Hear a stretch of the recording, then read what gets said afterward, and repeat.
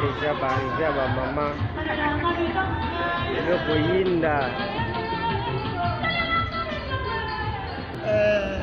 Merci journaliste Kachimanga.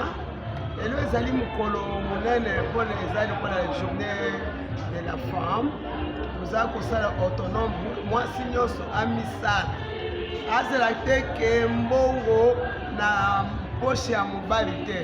Moi, sinon, il faut être responsable financier, à créer l'emploi. Emploi, c'est la l'État. Pour l'État, il y a une occupation et belé. Il y a la formation pour que les former les bandes. Na pesi mbote na bande kunanga ya basi bazana este botala kaka ndenge na fandi na basuki botolo ke tozana passe na motema bande kuna biso na este bazo violer bango zo chepe na maboko ya Nzambe fachi akosala nyonso kaka poke gere sila na mboka to ya kokutana vraiment le journal lelo tozana esengo te ndenge to fetaka te tozana passe na motema pona bande kuna biso o bazana este mais tozali na elika ke Nzambe kosilisa guerre wana mais esika bozali na toyebi ke boza na pasi mais soki boza na pasi za te ke bofanda kaka maboko ere nyonso kolela te boyela kaka Nzambe azwa situation na bino na maboko. Nazopesa bamama ya kananga mbote bamama ya kananga bozala bamama bafainéante bozala na misala bozokende bilanga bozoede bapapa bozofutela mpe bana baminervan tobimisa badocteur baministre poke avenir ya lobi eza ya bana na biso. Bandeko na biso baza na Bandundu, bandeko na biso baza na Équateur, Bakongo. Napesi bino mbote lelo fête ya bamama journée de la femme. Tozolebela mingi mwasi azala autonome, azala responsable ya foyer na ye, na société, na école, na place nyonso.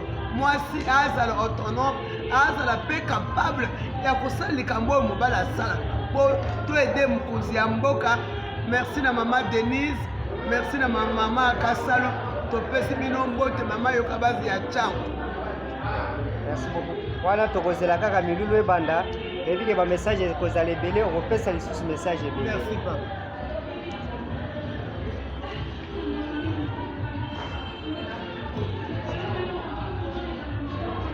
Oui, bonjour docteur. Bonjour docteur. On peut avoir des impressions chaudes avant le début des événements. Oui, nous sommes dans cette ambiance habituelle occasionnée par la journée de la femme congolaise.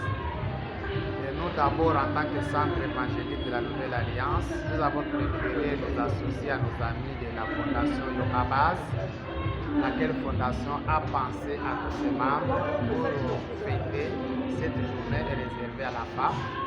On s'est dit que les femmes ne pouvaient pas fêter seules, ainsi que nous avons demandé aussi à papa d'accompagner les mamans. Parce que là qu'il y a des mamans, il y a aussi les papas. Donc ce n'est qu'à titre symbolique pour partager la joie comme il est de l'habitude. Ça va. Merci beaucoup.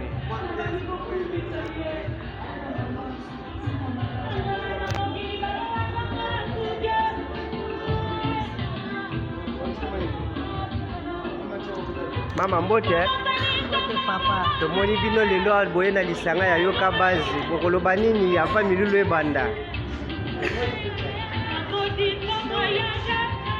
yango boza na esengo mingi bokoloba nini lelo eza mokolo na biso bamama eza na esengo mingi mpo na biso bamama lelo feti na biso sanza mobibo eza biso na biso eza feti na biso bamama toza na esengo makasi mpo nayoka base awa toza na esengo makasi mpenza tokumisa nzambe lelo.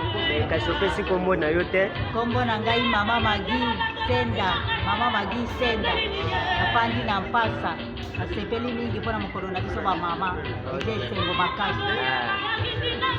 Mama bongo yo kombo nani? Olobi nini mpona mokolo ya lelo? Tomoni bino bolati maputa ya ndenge moko, okoyebisa na baninga bamama nini?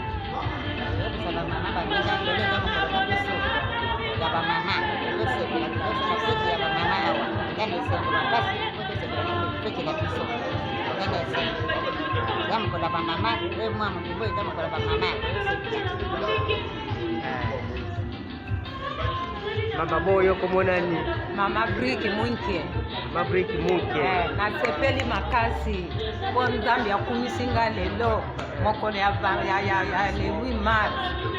Nakumisi Nzambe po papa abengi biso toya kofete awa tosepela po tolakisa bamisusu oyo baza libanda baya kokota elongo na biso tosepela lelo eza mokolo na biso bamama. Nasepeli makasi papa na kombo ya Nzambe. Amen, amen, amen, amen. Amen. Mama yo fani loboko na litama boyelika munini balinga bazali kosepela. Naza na esengo na ndenge na yawa boye na mama yoka base. Naza na esengo makasi Nzambe akumisi nga na mokolo lelo po tokutana biso nyonso. Tozali tokomona kaka ndenge kolekana. Mama bongo bino kuna naza na esengo makasi mpo anakutana lisusu na mama yoka base banda tokutanaka na mokolo eleki lelo toyoka kokutana lisusu eza esengo makasi bamingi bakomi na mokolo ya lelo te me biso tokomi yango toyoka kofete tobina tosepela na mama yoka base mama na biso kuna Mama na bino mama Amina oyo apesi bino merci nano na mosala oyo bosala mpona komatisa biso tomonana mpe na mokili mobimba oyo mosala na bino ekende kaka liboso kobosana na biso te bakonzi nyonso batiaka biso kaka na morale bapesa biso kimia batia biso mpenza tozala mpenza likolo liboso na bango pembeni na bango babosanaka biso te tokendaka kaka bakanisaka biso mikolo nyonso topesi merci makasi Nzambe apambola bango na nyonso bazosala liboso na biso. Mama balobi yo po ozangi maloba te ya koloba? Papa naza na maloba naza na esengo naza na esengo makasi mpona yoka base asali mpona biso topeli tosangani biso nyonso awa papa mama yoka base akanisa biso mikolo nyonso tokobosana ye te biso mpe tokotima ye te toza na kati ya biso toza na liloba ya yoka base. Wana eza baimage baimpression ya avant événement ebanda tokozala en direct. C'est pour vous dire que ti tokozala kaka ti suka ya tokozwa mpe po boyoki kaka lingala mingi lingala alobi tozwa mama akopesa baimpression ne na chiluba. Mama beto tatu mama mingi balo ku fêter le 8 mars. Nous allons fêter le 8 mars, journée de la femme. Oui, tout est bana bagage. Nous allons moi bien voir quoi était. Nous pouvons être loin ni manger. Nous allons watu kale twambulukisha papa kumiti muni papa penzi mukashika sombi na uto mukashifo akenza kujimbi yafana bintu aide bayenda kwa kukulisha bana kwa kujisha bana ni kukulisha bana tu basi. Amen.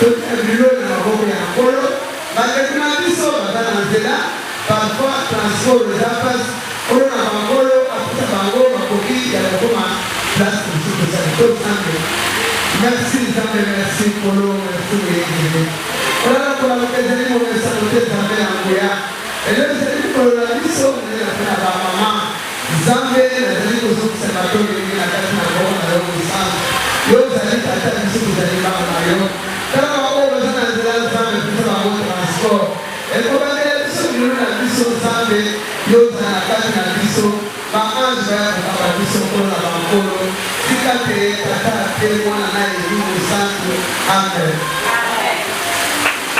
topesa maboko makasi totikala te ya kotelema ale nena tozokanda himne na biso des fois tozosala erreur toyebaka deux fois tokoki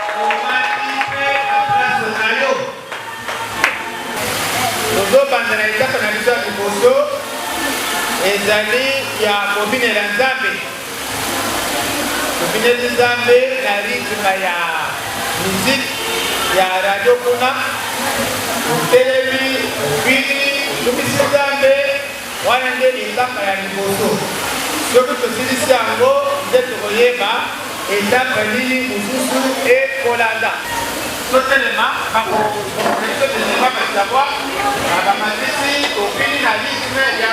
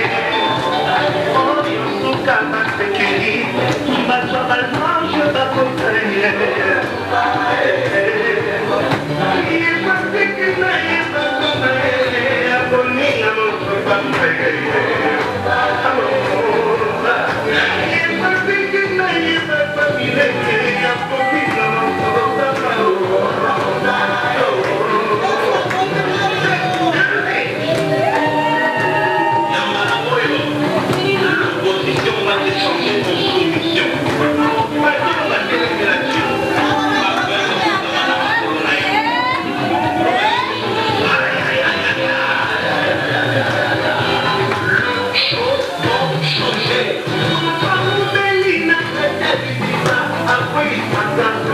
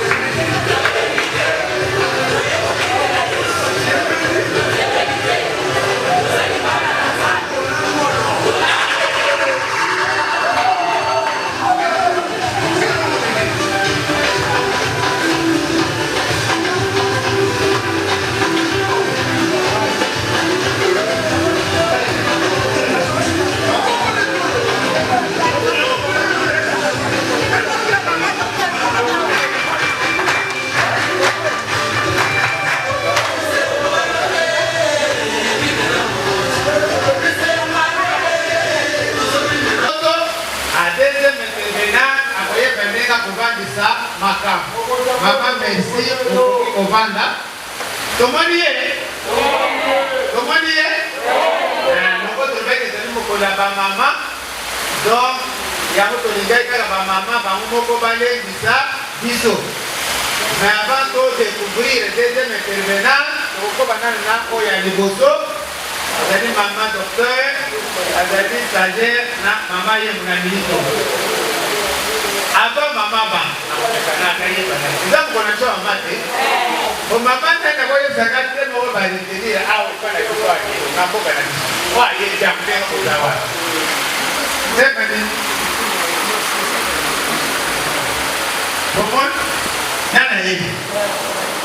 Attends, papa, maman, vous avez ajouté de la femme. koyebaka mpe makambo po bozona kolangaka information te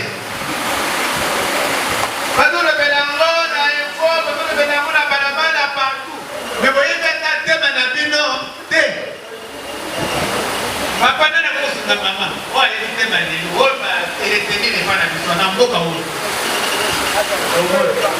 ça va problème te tokodécouvrir à travers l'intervenante na biso sans tarder tozoyela le temps topesi parole na première intervenante ye moko se présente lisusu abandi koteli me tofongola batoto ya Bonjour les mamans. Ah, vous n'êtes pas un jour?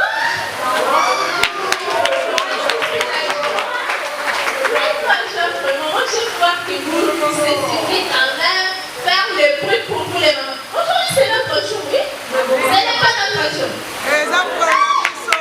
Vous me faites jouer avec ma maman par la Ça va. Merci beaucoup les mamans. Bon, avant de commencer, je voudrais qu'on prenne au moins 1 minute pour le maman qui souffre à l'est de notre pays, à Goma. Nous pouvons se tenir debout pour leur rendre hommage.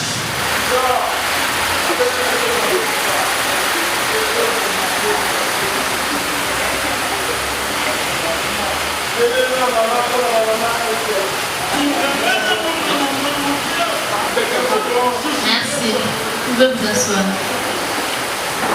Alors aujourd'hui, nous allons parler sur l'autonomisation des femmes et aussi de jeunes filles. Ici, je vois qu'il y a les jeunes filles ici, hein? Ah, les filles, vous êtes derrière et puis vous manifestez pas. Les jeunes filles, vous êtes derrière, vous ne manifestez pas. Alors nous allons commencer avec les mots autonomisation, ce qui signifie. Le mot autonomisation signifie donner des moyens, des capacités et aussi des confiances pour qu'une femme puisse avoir des décisions, être indépendante. Donc, ça veut dire une femme qui va se prendre en charge elle-même. Elle ne dépend pas de sa famille, de son mari, ou soit de ses frères, ou soit ses sœurs. Alors, nous savons très bien qu'auparavant, il y avait les femmes qui ont des obstacles pour se développer. Premièrement, on avait les obstacles, on ne pouvait pas aller à l'école. Nous, les jeunes filles, on nous disait non, toi là, tu es une jeune fille, tu es femme, tu vas faire quoi dans la vie? Tu seras qui? Mais actuellement là, nous voyons déjà que nous, les femmes, nous partons aussi à l'école, nous faisons tout ce que les hommes ont en train de faire. Et aussi nos parents, surtout nos mamans et nos papas qui sont ici. Nous, auparavant, on disait non, une jeune fille, sa place c'est au mariage. Tu vois, une petite fille qui est encore, c'est à 12 ans, 13 ans, on la fait directement au mariage. Ça, je suis sûre avec nos parents, j'espère que vous êtes partis au mariage très petite là, vous étiez encore trop petite là. Alors, aussi, il y avait la pauvreté. La pauvreté qui nous poussait aussi à aller aussi au mariage. Vu que les parents n'ont pas de moyens, tu vas faire quoi? Maman, tu vas aller au mariage. Si les parents n'ont pas de moyens, tu devrais aller plus. Alors, nous allons parler de l'autonomisation qui a au moins 5 piliers.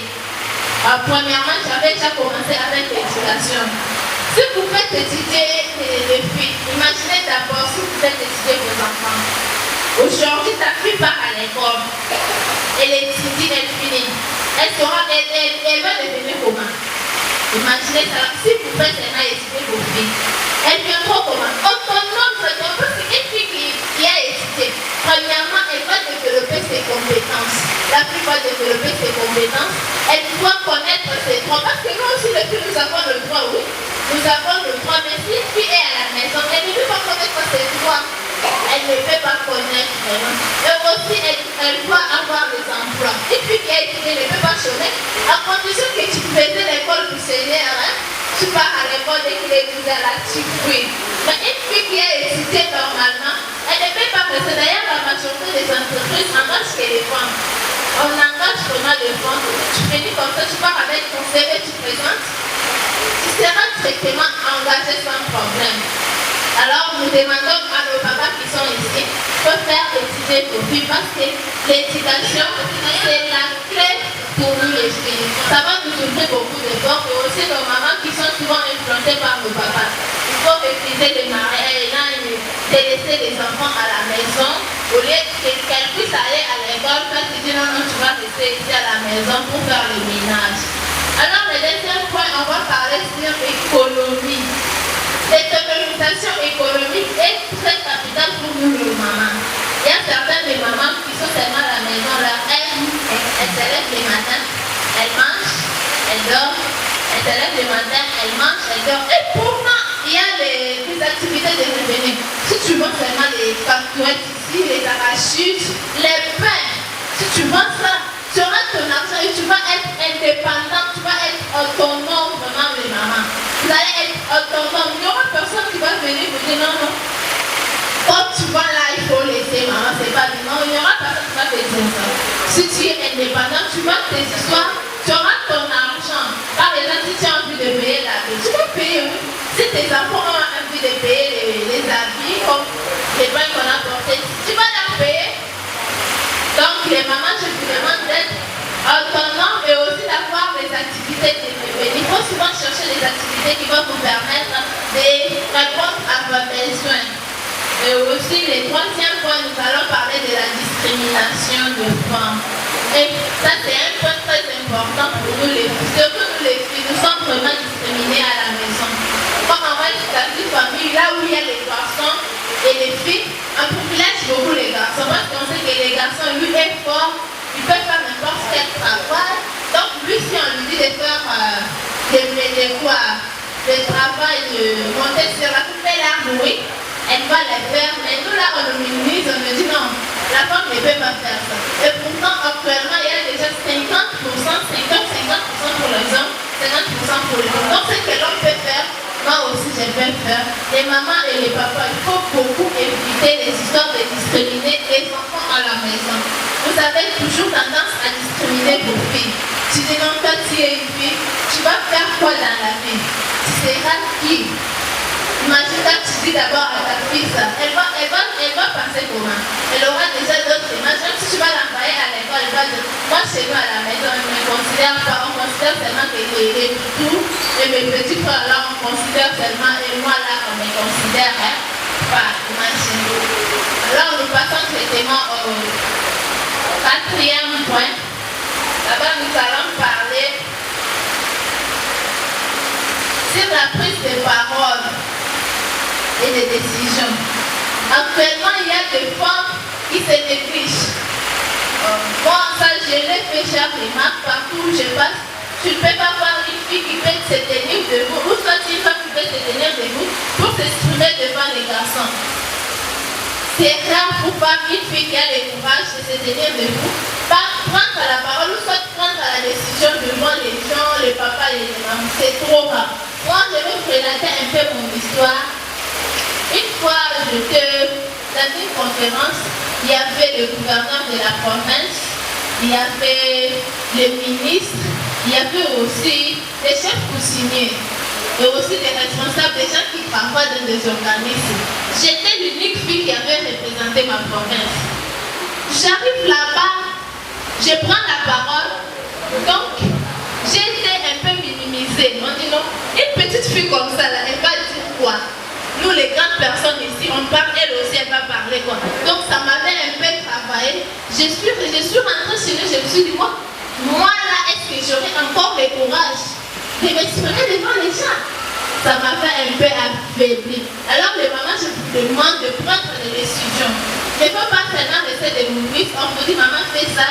Quand seulement tu acceptes, tu dis non, je vais faire ça, je vais faire ça. Non, parfois, il faut aussi prendre des décisions et aussi prendre la parole en public. Parce que quand tu prends la parole en public, tu vas t'exprimer et tu vas dire ce qui est au cœur de toi, tu vas te libérer. Il ne faut pas seulement rester des mouvements. Si les papas te disent ça, tu fais. Les papas te disent ça, tu fais. Ou soit tes enfants t'intimident à la maison, tu acceptes toujours. Alors, le sixième point, c'est l'accès. Le cinquième point, c'est l'accès à la santé. L'autonomisation aussi, il faut que la femme soit aussi mentalement bien. Si tu n'es pas mentalement bien, c'est compliqué, vraiment, c'est compliqué. Parce que tu vas faire même, tu vas même tomber malade. Si tu n'es pas mentalement bien, tu vas tomber malade. Alors comment tu vas prendre en charge tes enfants? Donc ça sera un peu... Sarabo, azapemo tozo lemba. Okoya komisa mpe na yo na attention. Mais ce qui va pas zoya, yo pe osala na ndam, no bakisi. Okomeli tike foyer kozala bien. Hein? Bina bazolo kao to le kaka engagement na l'état. Non. Yo pe komisa société na yo. Hein? Okomisa la société na kusala ndenge ni mama. Ba mama oyo balala ka kolongi tineveur disait ba fele ya mwana akosala eloko te. Ngali mama yoka baza na lungwa na ba matu ko kusala bidanga. Pendant 6 mois mama depuis mana ga botangai nana sala kongo te nana bebe mama yoko ambai te na ko sala kuchele bilo ba video. Ngai mwana 6 mois ikoki. Yo mama 3 sacs. Yo 4 sacs. Bambala bango bazo ya koteka ngai na zo. Na kaje pe ba mama ebele. Na komi pe choriste na mboka wa. Na iye soki mboka ba benga kango mboka moko mweza kotea ya bateka ba benga kango. Mutomelonga kuna azali papa ya Isai. Ndem mutomelanga ko. Na iye. Na kasi ba mama ba papa ba kendaka bayebi inye. Na bandi ko sala manyo, asene trouver na manyo, na ko mena sans sac. Donc on a géré, là il va quand basala ka mutabeka ko mutalaka. Basayiri nga mutalaka, balobi mutalaka o esali dépôt. La bandi sur la disi manyo ko na seka, OK, na seka mama, musala buzobeza la kate. Si elle ko ane ko mi mulairo ko la ndako. Na kangi ba seki na ya ba fufu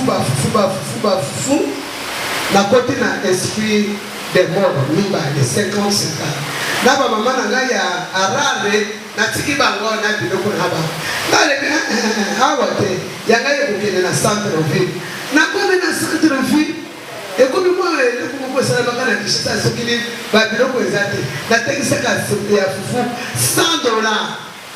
Sans combien? $100. Nazali na 100. Là vous avez combien?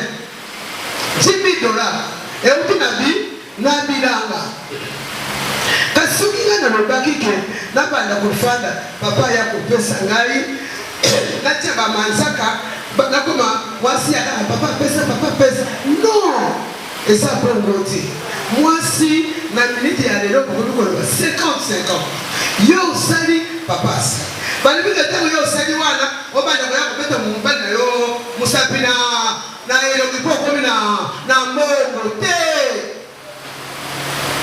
poko mina mbongo obala sasa na mwa ko te ya yo fa kuna oh non mbongo te mbongo wana yo na poche ya kubali après si yo musali une femme dynamique pour le bongo wana sikoyo bongo wana esika komela masanga te lelo okoti muziki lobi bokomi ochange milieu bakamarade ya quartier yango te okomi na bakamarade ya o bazaka na tolite o bazaka ngai obala komona nga te jamais okoti na monde ya lifelo okotika bana na yo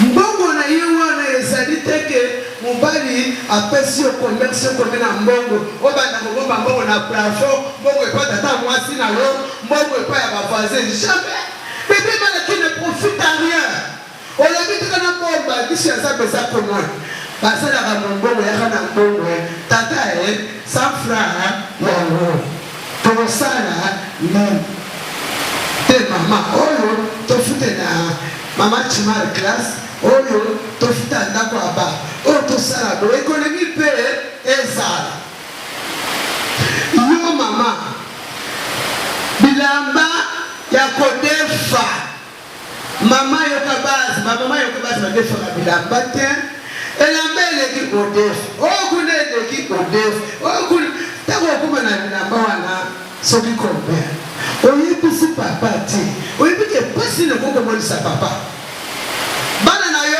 baza pleuvoir. Bazote mai ayena mai ozimbo wana obie. Yo fani oyo makamba quartier. O mwana ya mundaku wana azalibo. Ozumwana oyo ya mwasi otini na famille aba. Pour troubler mariage aba. À cause de la malédiction. La bisa mwana zela nzambe na classe na koluka. Ozolala. Bisaleli ya mwana elalaka ya mama. Yo mama ozalaki na bisaleli malamu ti. Kasi mwana ozala bisaleli malamu ndenge. Mama wana vraiment est dans ya social. Nana koti na kana biso ya banda te. Soki omoni nga nazalaka boye, eza teke na bota baboye jamais na baconférence, na baéglise, obima moko yekate elika. Sala sokola yoka. Mabe, ameme yo na Rose Croix. Ala biso ozela mabe. Sikola biso ozela nzambe. Ube ezela commerce. Lande commerce na ye. Me koyiba mbongo na ye te. Ponde nga zolukela mbongo na ye, oyebi te. Parfois aza Rose Croix. Parfois mbongo na ye eza ya kisi akoya kolekisa yo pa. Koni epe mingi ebomaka mutu. Kona bape mingi ebetaka mabaku. Afo oyebisa mutu secret na yo. Il faut tala moto ya zale nani.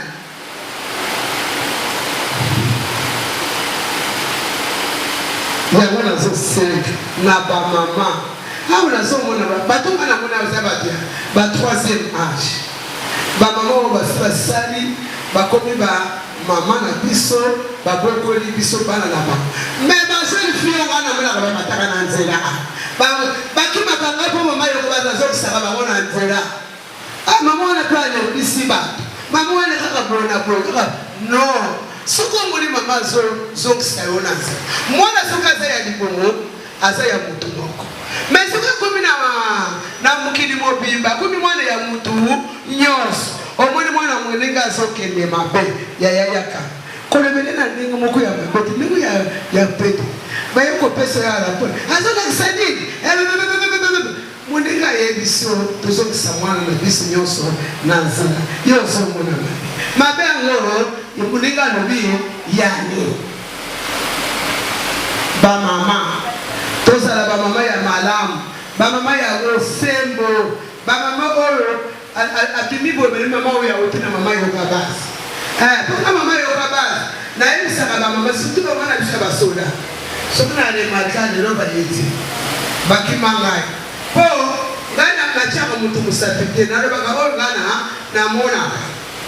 Kokanisa tike bato bazana mibali na bango bafanda bien, baza bien, okasitike bakota mabongo te. Na libala bato batambulaka nzela mibala. Bashefu na ndako bazala mibala ete. Shefu azalaka moko, shefu aza mobali. Soki makambo mosusu mama nde amela. Mama omeli. Eza mpe na age moko papa akotika. Papa aza mwana na yo te ayeboli oyo. Bamama ya mikolo na ye bamama mosusu bakomi ba double sim. Oyebi double sim? Boyebi double sim? Double sim ezali?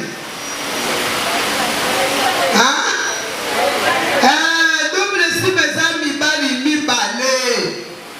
Mama, yoza mwasi ya libanda. Semi ozala mwasi ya libanda. Osala makambo yango nzamba pambola yo. Mais siko osala makambo wana na kati ya ndako. Olikiliwa malchance. Bana na yo bakokufa. Mobali na yo akokozwa likama. Po mwasi nde abatelaka mobali. Okomoni soko oza mwasi ya soda.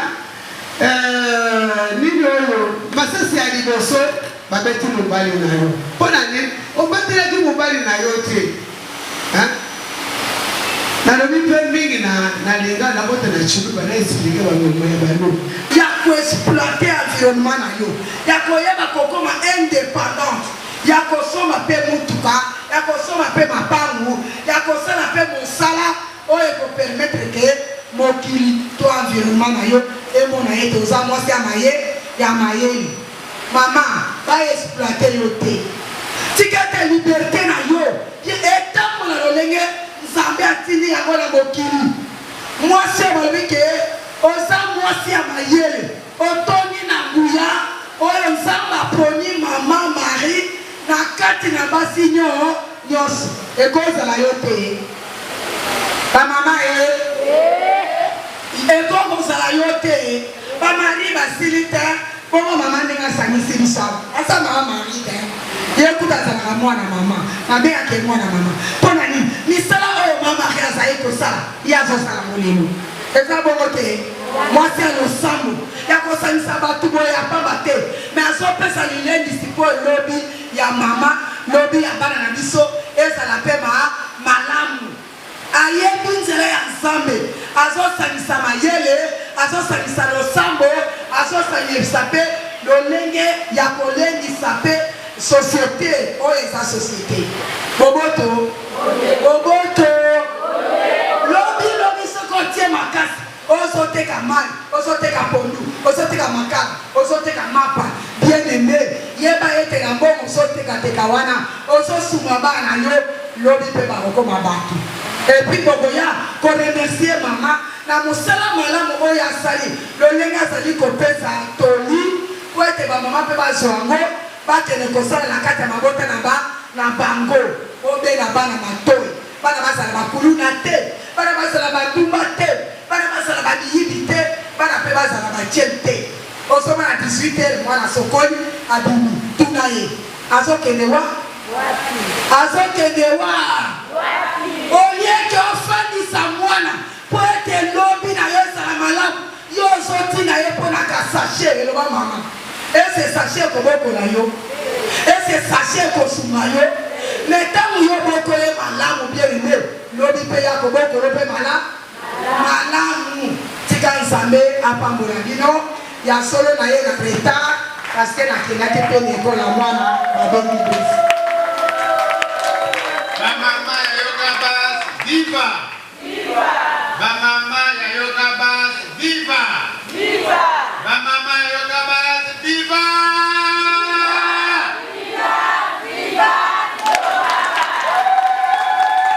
ma RDC mobimba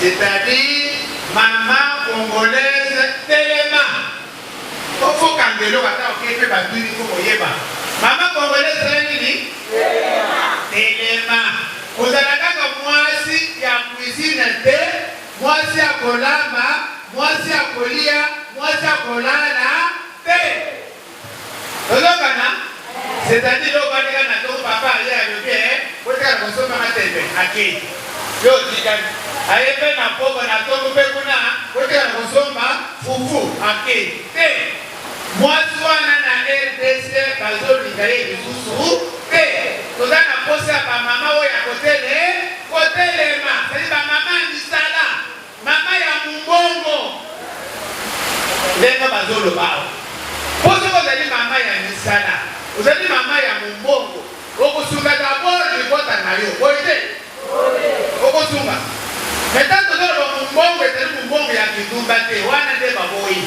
balobi misala misala tolobi kaka ya biro te po biso nyonso tolingi misala kaka ya biro bakopesa yo ata signature oza nango te yo komana ote nini ozosisina ntango akalaka topesa yo tango batosala empreinte digitale misala ezali ebele mama fungola misu osunga mpe libota kozala te papa azali mpo mafuta ya bana minema bana nyonso na ndako batanga te ce n'est pas bien mais soki yo kozali mama ya misala mama ya mumbongo soki papa apesi te yo kosala nini mwana kotanga te voilà c'est ça nde tema ya mbula oyo mama congolaise telema zala mama ya misala oyo mpe osunga libota osunga mpe mboka bamama bazonga avant bakende mpe kolala mpo na sécurité à partir ya jeudi